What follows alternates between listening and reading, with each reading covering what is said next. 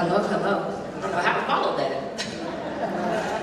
My name is Shamia Jackson, and I'm here to introduce your speaker for the evening. Derrick Sier, born in Tulsa, North Tulsa, Oklahoma, during the summer of 1981. Derrick was raised by his parents who simply wanted to love people. Whether those people were family or random neighborhood kids who needed clean clothes and a hot meal, giving love was their main priority and focus. In fact, Derrick's first memory as a child was himself stumbling through a house packed full of people who were laughing, eating, drinking, and enjoying each other's company. Every significant memory that follows has had the same feel: loving on people.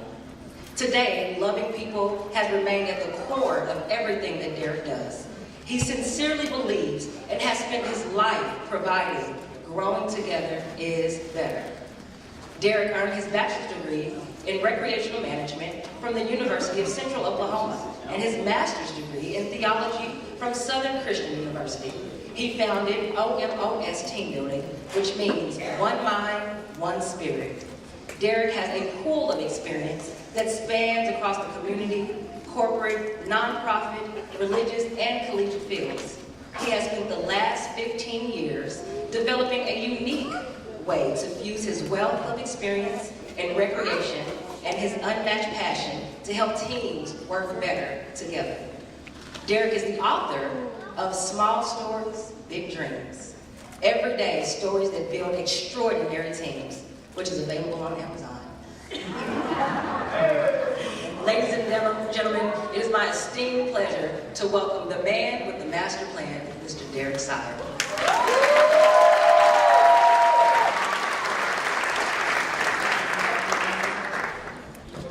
So I'm not sure what I'm supposed to do now. I've never been to a grad. This is one of the most unique graduations I've ever been to. I gotta tell you. I've never seen anybody rap at a graduation. I've never seen that. I've never seen that. I've never seen anybody strut down the middle of an aisle at a grad. When I tell you, she was like, bam, bam, bam, bam.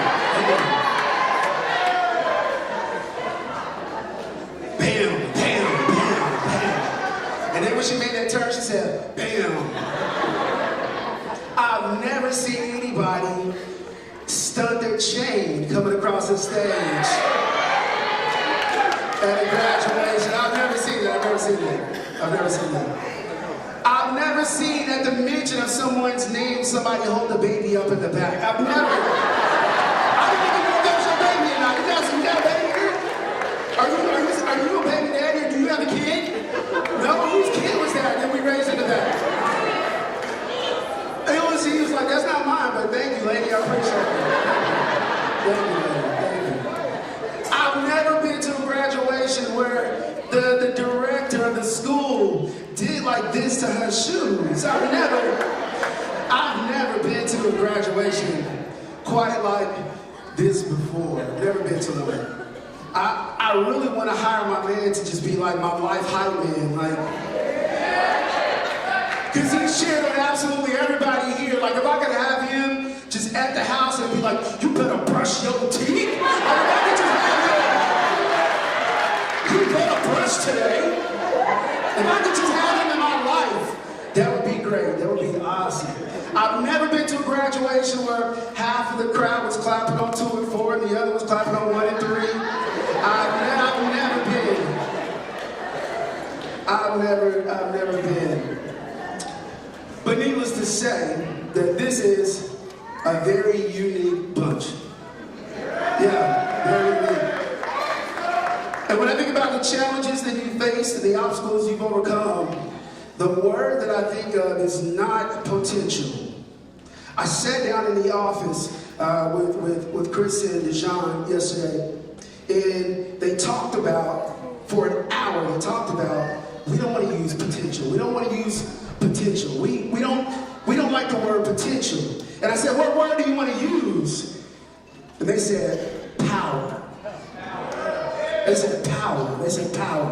It's not that you don't have the ability, it's that you are just now tapping into it. Yeah, you have power your entire lives. You're just now tapping into it, right?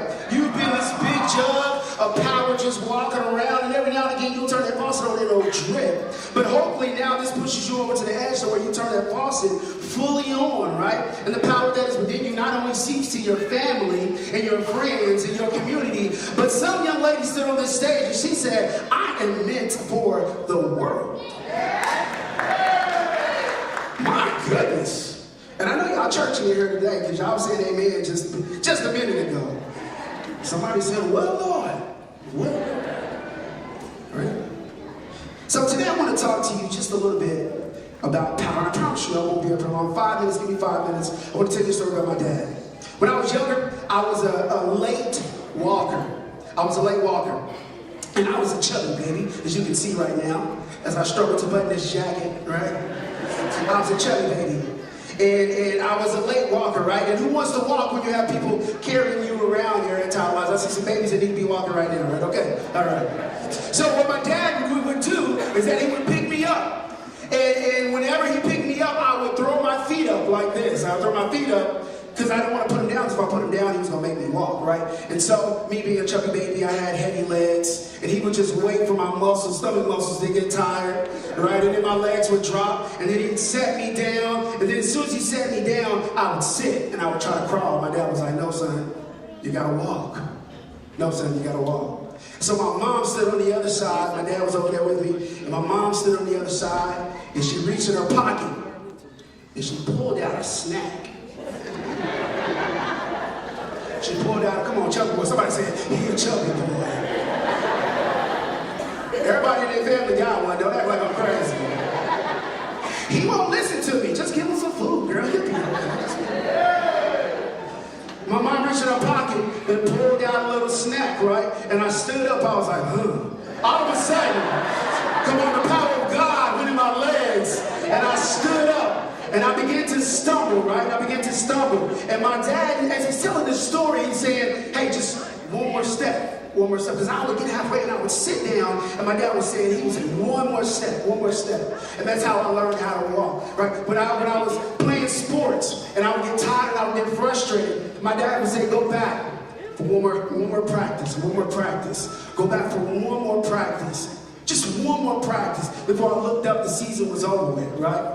When I was in choir, I used to get so frustrated because I believed that people could sing better than me. And my teacher would say, come back just one more time. And she pulled me to the front of the stage, and she said, sing anything. And I was like, sing what? She said, sing the ABCs. I was like, the ABCs? She said, sing the ABCs. A,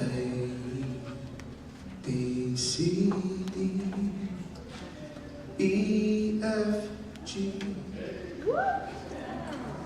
And then I would sit down, and she'd say, okay.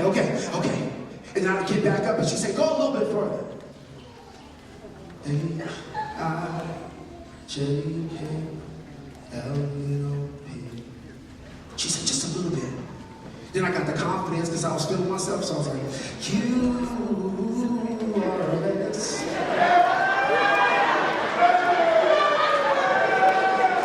I said, oh, the ladies like that? The ladies like that? To you,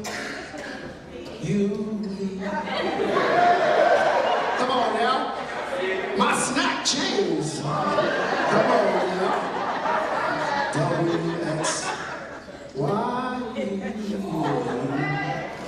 And I want to keep on singing ABCD, right? I got to the point to where my motivation became something else. I found myself halfway across the world, speaking in Bulgaria and Turkey. I'm in Istanbul, and I'm in these cities where I get to talk about where I come from. And keep in mind, I'm just some guy from North Tulsa. I'm just some cat from the hood. I'm just some cat that grew up eating fried spam sandwiches and ramen noodles and peanut butter and jelly. Fried chicken and mashed potatoes and green. I'm just some dude from the hood. Why in the world am I standing in front of all these people sharing my story? It's because when I was little and my dad had me, he said, one more step.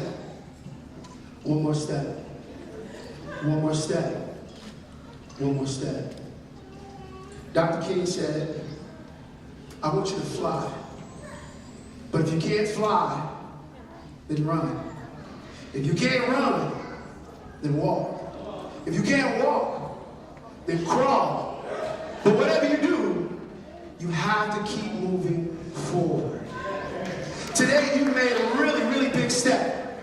But I want to know what your snack is. I want to know. Somebody said the bag earlier. He was like, the bag. Come on, man. I said the bag. That's cool. That's cool. He said, my haters are my motivators. Come on, man. He said that. He said that. He said that. But if you don't have anything to get you from here to there, this will be the step, and that will be the end of your story. But I believe that you are more than potential, and that this is not the end of your story. I was told class of 2019 has power, is what I was told. I was told you guys have power, and that you have a future. And so when you step up on this stage today in your fancy shoes and your detachable eyelashes,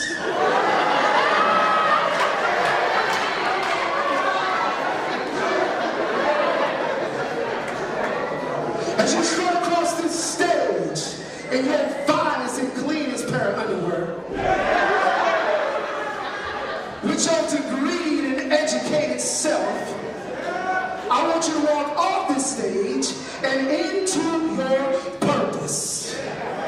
You gotta find it, because if you don't, you won't keep walking. Passion is the fuel that pushes you towards your purpose. And if you don't find it, you'll find yourself being okay and content with your fancy detachable eyelashes. And you will find yourself getting to an obstacle and an opportunity, and you will turn back around because you're comfortable in your finest, in your cleanest pair of underwear. He said, always clean. If you do not have passion that fuels you towards your purpose, you will get stuck in a cycle, and you will do the same thing you've always done, but you will want different results. That is the definition of, come on, I'm preaching to the choir. Dr. King said, I want you to fly, but if you can't fly, then run. If you can't